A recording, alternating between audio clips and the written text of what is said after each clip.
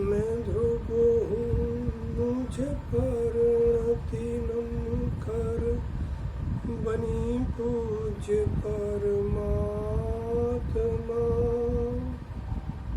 उसने सारे जग को बताया, परम पूज्य ध्रुव आत्मा।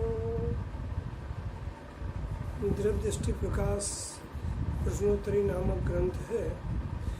इसमें 128 नंबर के प्रश्न पर चर्चा करनी है। बोल नंबर 117। देखो प्रश्न कितना अच्छा है। जिसे सुख की जरूरत हो वह कहाँ जाता है,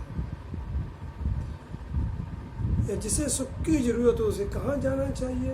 हमें यदि सुख चाहिए तो हम कहाँ जाएं। अज्ञान दशा में ऐसा लगता है कि पंचेंद्रिय के विषय जो अनुकूल हैं उनमें सुख होगा, इसलिए अज्ञानी जीव दौड़ दौड़ के वहीं आता है।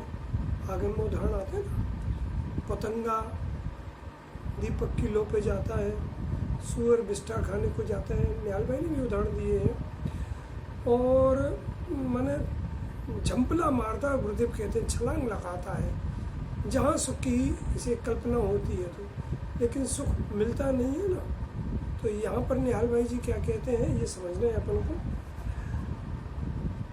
जरूरत दिखे तो अंदर में जाए बिना रहे ही नहीं। माने जिसे सुख की जरूरत दिखे तो सुख तो अंदर में है, तो अंदर में जाए बिना रहे नहीं। जिसे सुख की जरूरत ही नहीं होगी वो अंदर में नहीं जाएगा। आगे कहते हैं, सुनते हैं प्रसन्नता आदि होती है, लेकिन सुख की जरूरत हो तो अंतर में जावे। सुनने में जो प्रसन्नता है ना, वो पहचान नहीं है वास्तव में, क्योंकि ये भी एक गहराई से देखा जाए तो व्यसन हो चुका है। सुनने के बाद जो गुणना होता है, मनन करना होता है, निर्णय करना होता है, अंतर्मुखता का जो पुरुषार्थ होता है, अंतर में जो वस्तु है उसी रूप अपने को मानने का जो निर्णय होता है वह कितना चलता है। सुन आज के बाद कभी नहीं सुनना पड़े ऐसा निर्णय कब क्यों नहीं आता है।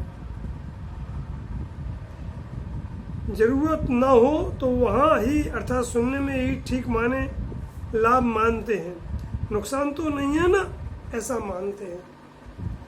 गुरुदेव का लाभ लिया, लाभ भैया लाभ का देने वाला तुम्हारा चेतन आत्मा अंदर में है, उससे लाभ लो, बाहर के लाभ से कुछ नहीं होगा। जो मात्र सुनने में ही लगे हैं उन्हें सुख का अभिप्राय नहीं है। हमने एक बात कही थी एक बार कि जिसे वास्तव में यदि सुख चाहिए तो जो दुख से डरा हो वो कहीं नहीं अटकेगा, क्योंकि सुख केवल निज चेतन आत्मा में है। एक्चुअली थोड़ा देखें अपन, सुख की परिभाषा के पीछे बहुत बड़ा जबरदस्त हेतु है परिपूर्णता, संपूर्णता। तो ये परिपूर्णता और संपूर्णता निज ज्ञायक आत्मा के अलावा कहाँ लगेगी। आज किसी के पास लाख रुपए हैं तो 10 लाख की आशा करता है, 10 लाख मिल जाए तो करोड़, करोड़ मिल जाए तो 10 करोड़, कभी पूर्ति नहीं होती। लेकिन ये आत्मा ऐसा है जहाँ उपयोग एक बार जाएगा तो यहाँ कोई कमी नहीं दिखेगी, इसलिए सुख शुरू हो जाता है। माने समस्त आकुलताओं का अभाव, इच्छाओं का अभाव, उसका नाम सुख है। इसलिए सुख की खरी जिज्ञासा जिसे हो वो अंतर में आए बिना रहता नहीं है, और जिसे सुख की जिज्ञासा नहीं है वो अंतर में आता नहीं है। सुनने, सुनाने, समझाने में अथवा व्रत नियम उपवास में, मूल गुण आदि पाले में अटक के रह जाता है, उसे सुख नहीं चाहिए। सुख की खोज जिसे होती है वह जब तक शांत नहीं बैठता है तब तक सच्चा सुख नहीं मिल जाता है, पहचान है। और सुख की परिभाषा ये है जहाँ से हटना की इच्छा ना हो, जिसमें थकान ना हो, जिससे ऊब नहीं आए, जिसकी प्यास निरंतर बनी रहे, जिसकी तृप्ति पूर्ण सुख के लिए मार्ग प्रशस्त करती रहे, वही सच्चा सुख होता है। जहाँ से हटने की इच्छा हो जाए, जहाँ पे तृप्ति ना हो, जहाँ और पाने की इच्छा हो, माने उससे कोई विपरीत जाति का, तो वो सुख नहीं है। इसलिए बाहर में कहीं सुख नहीं है और अंदर में 1% दुख नहीं है। इसलिए अंतर में आए, अंतर में देखें तो अंतर में सुख ही सुख भरा है। जिसे सुख की जरूरत दिखे तो अंतर में आए बिना रहे ही नहीं।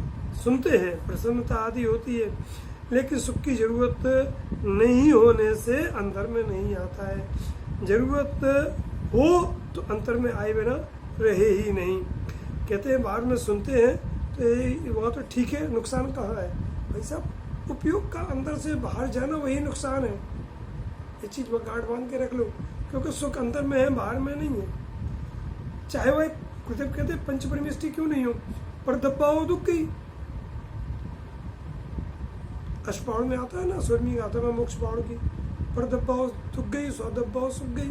स्वद्रव्य के आश्रय से गति और प्रणति में सुख है और परद्रव्य के आश्रय से गति प्रणति में दुख है।